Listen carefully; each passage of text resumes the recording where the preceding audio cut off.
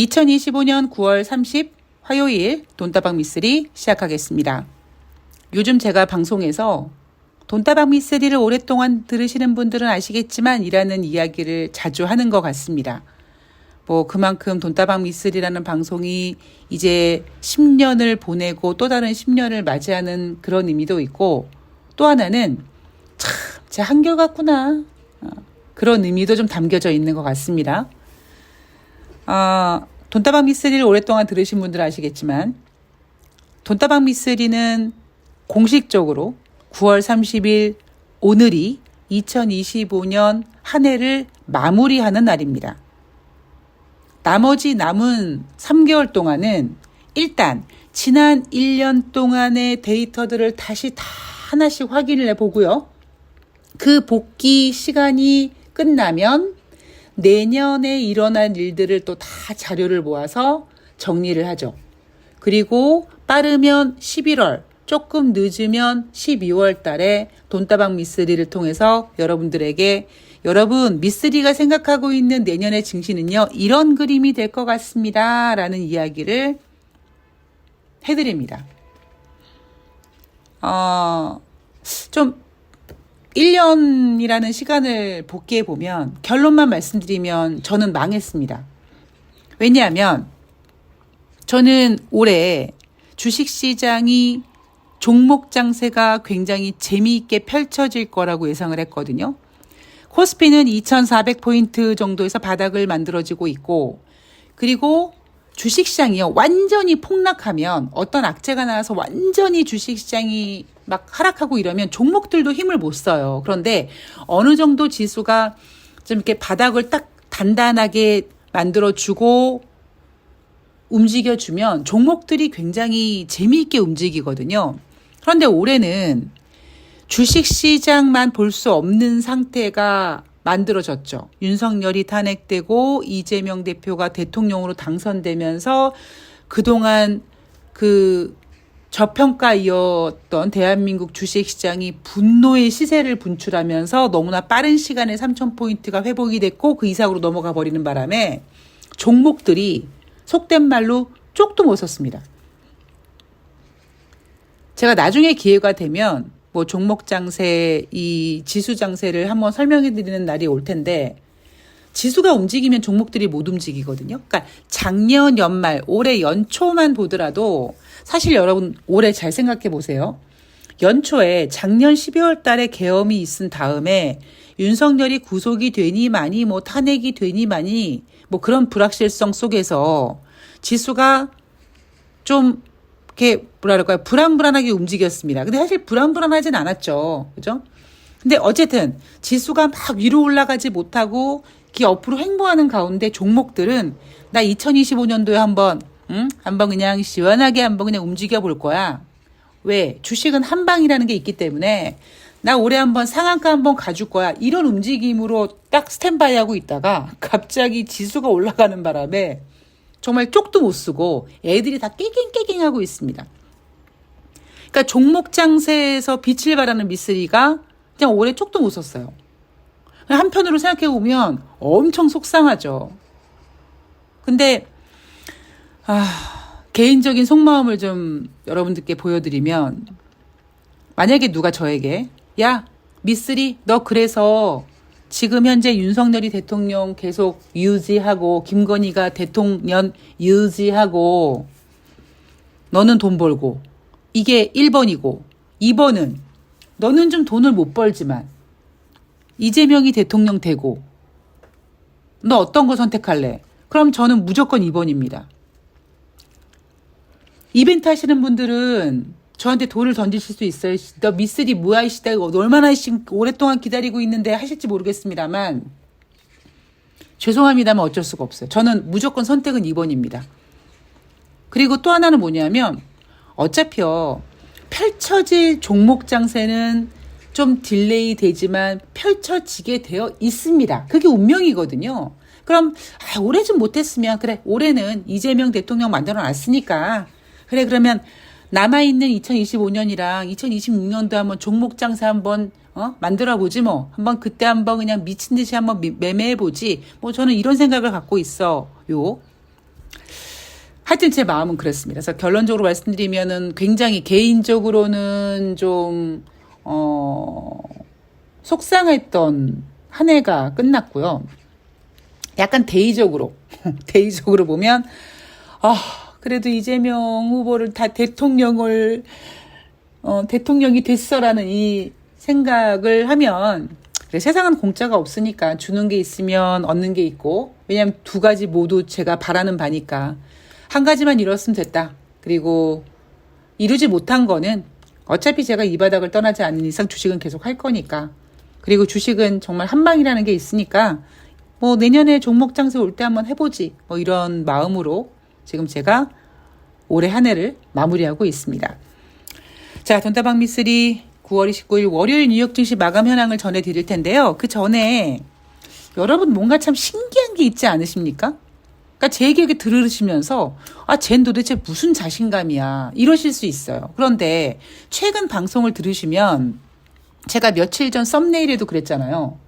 참 묘하게 미쓰리가 여러분 주식은요 한 방에 100포인트도 빠져요. 이런 이야기를 하면 그 발언이 현실이 된다니까요. 그럼 여러분들 중에서 에이 미쓰리야 누구나 그렇게 얘기할 수 있어 라고 하시겠지만 제가 얘기하고 얼마 되지 않아서 그게 현실화됩니다. 저는 진짜 주식시장의 고수한테 주식을 배웠어요. 그 주식을 배우는 과정에서 저는 제 30대를 그냥 헌납했습니다. 그 헌납하면서 배운 가장 기본이 뭡니까? 제가 방송에서 여러 번 강조하잖아요.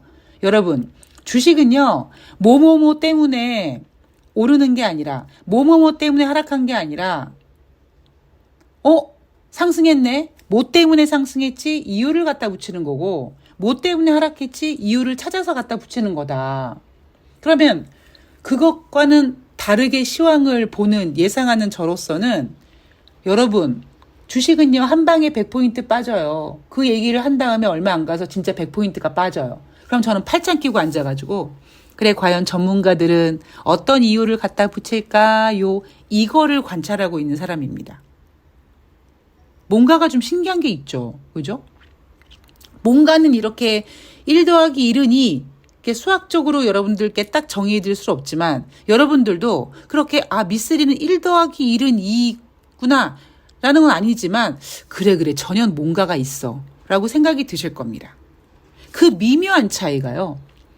주식의 천당과 지옥을 딱 가릅니다. 그 미묘한 차이를 아니까 여러분 100포인트 한 방에 빠질 수 있어요? 제가 앞에 방송에서 뭐라고 했습니까? 여러분 1차 가격 조정은 왔어요 라고 얘기했죠. 이제 기간 조정 들어갈 겁니다 라고 얘기했습니다.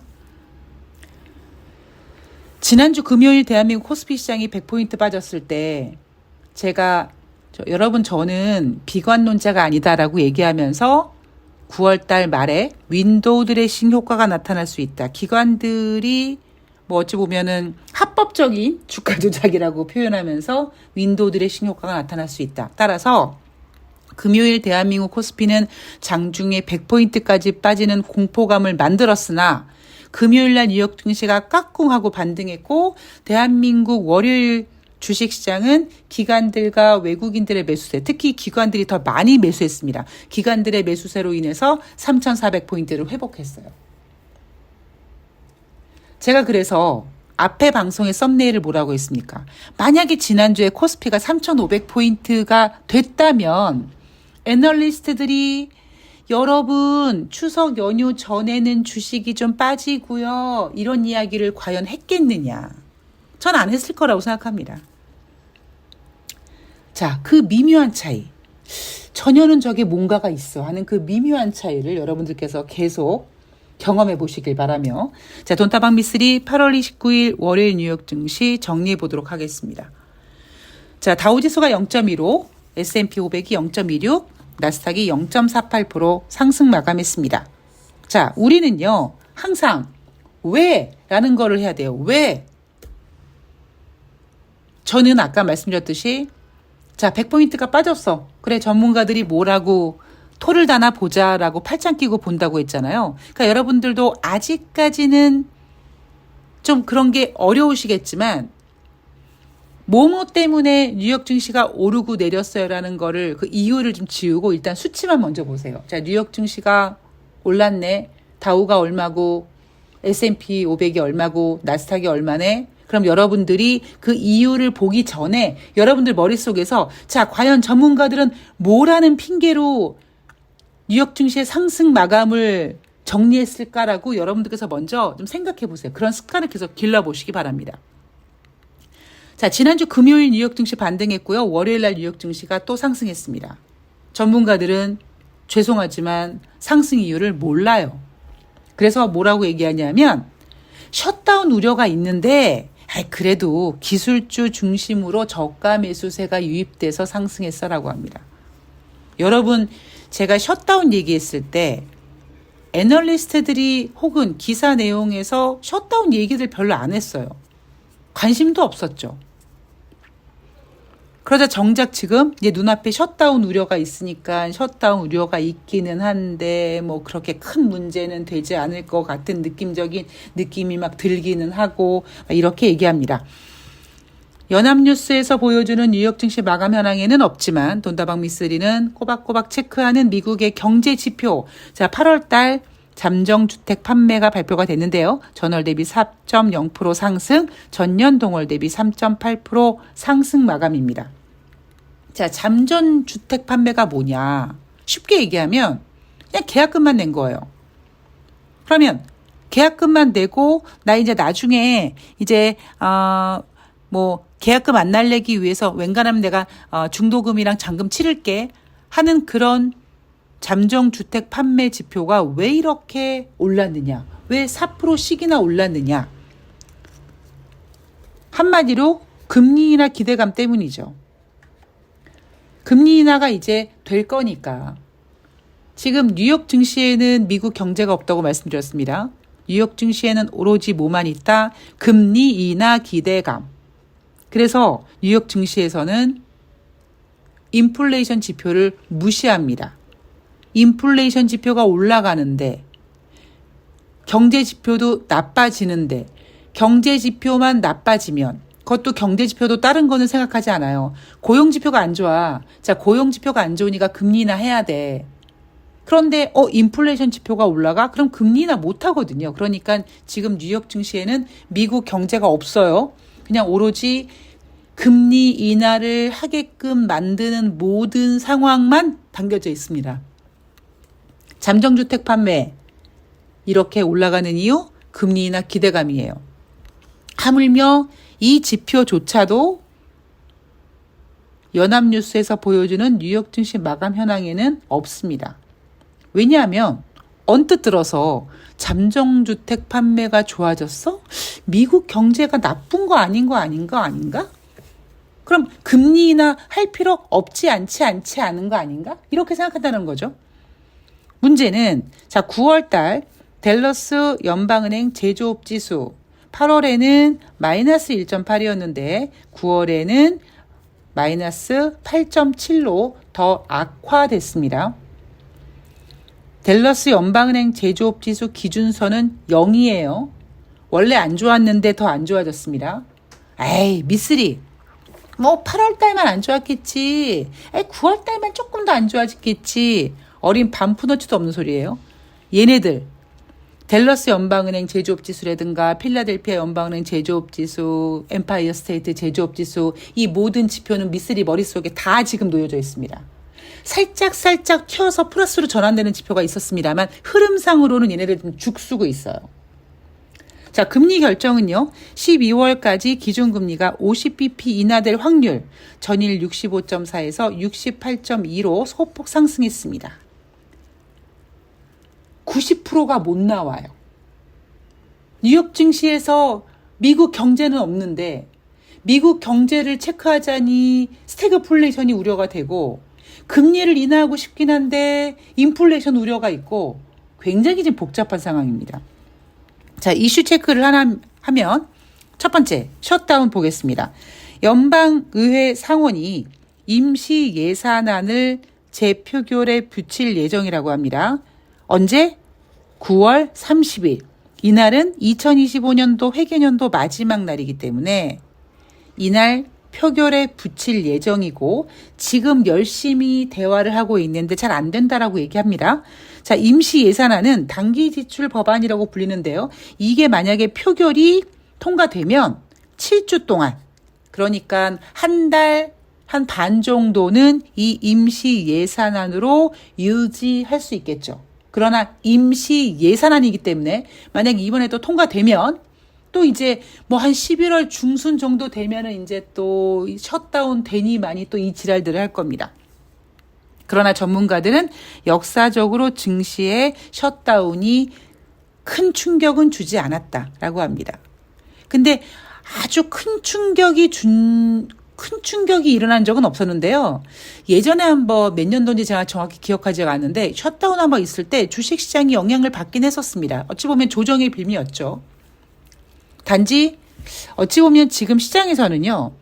셧다운은 주식시장에 큰 충격은 주지 않는 대신에 셧다운이 되면 경제지표를 발표하지 않아도 되니까 요것들이 경제지표 발표하기 싫은가? 뭐 이런 생각도 개인적으로 해봅니다. 자, 그리고 엔비디아 상승. 이날 엔비디아가 상승했습니다. 왜? 그랬을 때 AI 테마가 여전히 유효하다. 자, 바클레이스에서 미국 투자 전략을 맡고 있는 담당자가 뭐라고 얘기하냐면 AI 설비 투자는 둔화될 기미가 전혀 보이지 않는다. 다른 산업들도 AI 인프라 투자 급증에 수혜를 입고 있다라고 얘기합니다. 제가 예전에 어떤 테마에 대한 이야기를 해드렸잖아요. 어떤 랠리가 펼쳐지면 그 랠리를 주도하는 대표 종목 혹은 업종 혹은 테마가 만들어지는데 저는 개인적으로 이제 엔비디아는 끝물이라고 생각합니다. 그런데 미련이 남아있어요. 마치 예전에 2011년도 OCI 같은 느낌이 듭니다. 이런 거죠. 남녀 관계로 좀 비유를 해볼게요. 남자와 여자와 뜨겁게 사랑을 했어요. 배는 게 없어요. 그러다가 이제 뭐 통계학적으로 1년 6개월이 지나가니까 막 콩깍지가 다 벗겨지고 근데 그냥 그래도 사랑하는 마음이 있으니까 미워요. 미워졌어요. 뭐 여자가 혹은 남자가 미운 짓을 했어요. 뭐 남자놈이 막 바람을 핀다든가 뭔가 걸렸어. 헤어졌어요. 자, 헤어진 다음에 너가 너 같은 새끼랑 내가 그동안 왜 만났는지 모르겠다. 내가 딴 놈 만나야지. 그리고 딴 놈을 막 만나.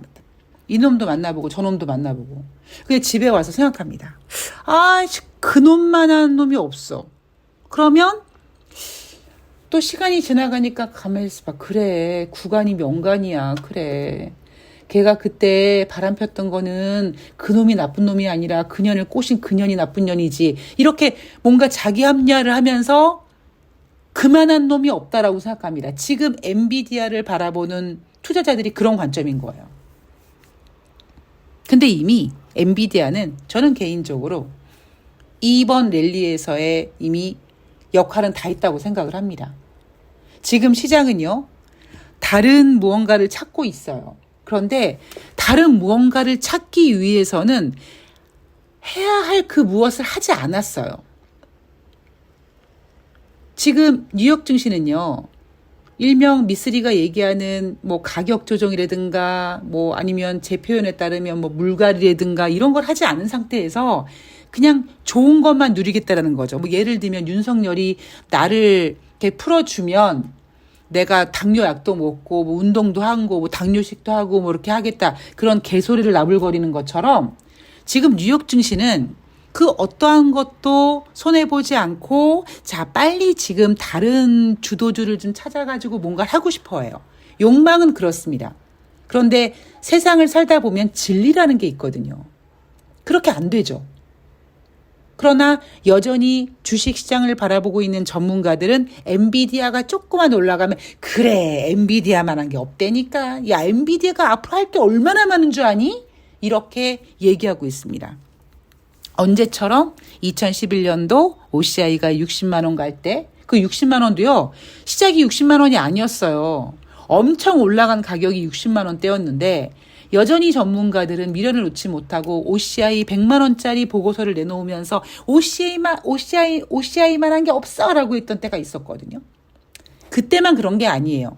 저는 지금 이 에피소드를 여러분들께 딱 머릿속에 박아드리기 위해서 OCI 비유를 댄 거고, 그런 때가 한두 개만 있었겠습니까? 그래서 지금 셧다운 우려에 그래도 믿을 건 엔비디아밖에 없어. 여러분 다 잊어버려도 되는데, 오늘 제가 아까 남녀에 비유했잖아요. 그 새끼만한 놈이 없더라. 지금 엔비디아는 그 새끼만한 놈이 없더라 라는 쪽으로 가고 있는 겁니다. 자, 뉴욕 증시 반등했고요. 저는 뉴욕 증시는 뉴욕 증시대로 경제 지표로 좀 약간 논리적으로 풀어드리고 있고, 약간 대한민국 주식시장은 제가 약간 장난스럽게 개구지게 풀어드리고 있거든요. 근데 개구지지만 전혀 내용이 개구지지 않습니다. 100포인트 빠졌을 때 저는 가격 조정, 1차 가격 조정했다고 얘기했고, 9월 말이기 때문에 윈도우 드레싱 효과, 기관들의 매수세 들어왔다고 얘기했고요. 그래서 제가 미쓰리는 비관적인 사람이 아닙니다라고 대놓고 얘기도 했습니다. 그리고 이제 기간 조정으로 들어갈 거예요. 예. 자, 우리나라 주식시장은 이제 10월 1일, 10월 2일 이틀 남았고, 그리고 10월 3일부터 다음 주 목요일까지 좀 긴 연휴로 들어갑니다. 그동안 뉴욕 증시도 면밀히 봐야 되고요. 남아있는 연휴 전에 주식시장도 좀 봐야 될 것 같고요. 저 같은 경우에는 이제 내일부터 2026년을 준비합니다. 다시 오늘 방송을 좀 마무리하면서 이벤트 하시는 분들 정말 죄송합니다. 예, 올해 다 만회하고 수익 내고 기다리게 해드렸던 만큼 더 빠르게 수익을 또 내고 하려고 했던 계획이 조금 차질이 생겼어요.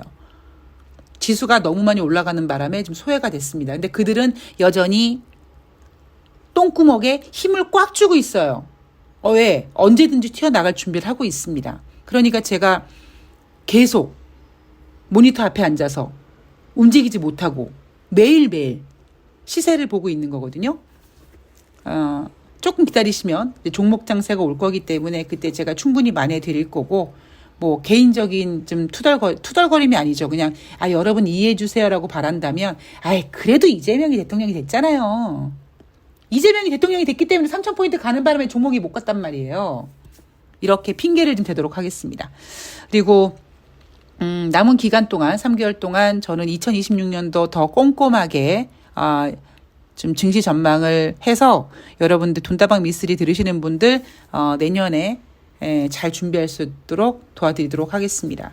올해보다는 아마 상승폭이나 이런 것들은 조금 덜 할 거예요. 올해는 너무 가파르게 갑자기 2,000포인트에서 3,000포인트 맛을 봤기 때문에 지수보다는 종목들이 더 활발하게 움직일 가능성이 높습니다. 그리고 우리들은 대비해야 될 리스크들도 좀 많이 있고요. 그런 것들 다 꼼꼼히 체크해서 여러분들께 도움이 되도록 하도록 하겠습니다. 자, 오늘 방송은 여기서 마무리할 거고요. 저는 10월 1일 9월의 마지막 날 뉴욕 증시 정리해서 찾아뵐 텐데, 혹시 제가 내일은 새날에 출몰해야 를 되니까 내일 혹시 내용이 많으면 9월의 마지막 날 뉴욕 증시는 10월 2일 날로 딜레이하겠습니다. 웬간하면 제가 내일 방송 올려드릴 수 있도록 노력할 텐데, 내용이 너무 많으면 제가 목요일 방송에서 같이 해드리도록 하겠습니다. 여러분들의 너그러운 양해 부탁드리고 좋아요 좀 눌러주시고요. 저는 다음 방송에서 뵙도록 하겠습니다. 고맙습니다.